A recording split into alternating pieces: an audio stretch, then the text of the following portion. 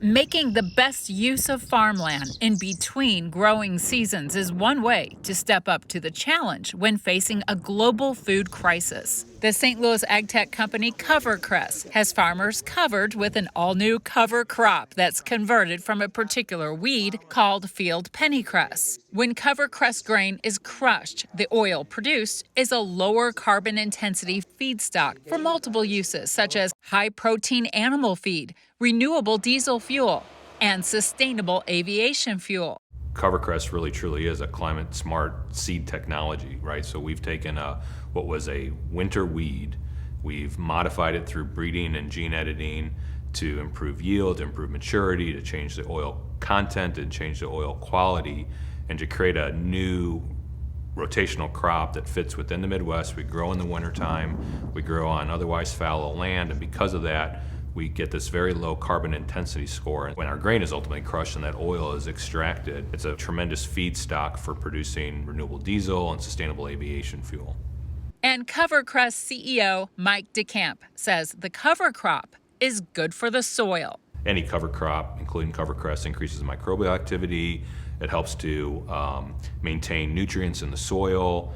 It helps to mitigate nitrate runoff. And it also acts as a great sequestration tool for carbon, keeping carbon in the soil longer. CoverCress recently made progress with field research plots. Here, the company is showcasing the success of its climate-smart seed technology on a nearby farm in Illinois. About 10,000 acres of CoverCress across Missouri, Illinois, and Indiana, and we've successfully done that. That is a demonstration program. The research is ongoing, and at CoverCress, improvements are made through the gene editing process to bring the technology to market. Where it touches the farm, it touches midstream assets, and ultimately it produces a fuel that lowers the carbon footprint for the world.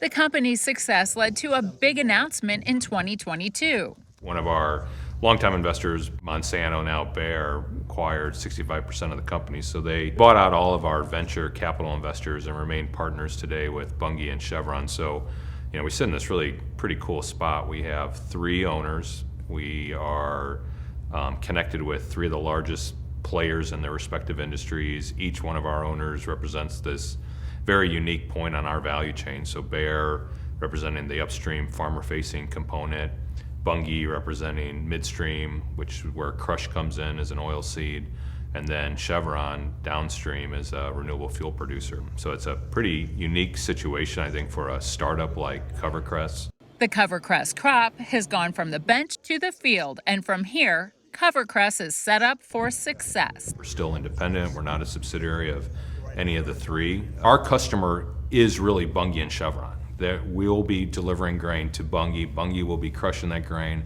and that oil then will go to Chevron for the production of renewable diesel. The meal, that's the other byproduct. Bunge is a world leader in crushing oil seeds, so they have many markets to sell the meal. We all participate in that. Having Bayar involved as well.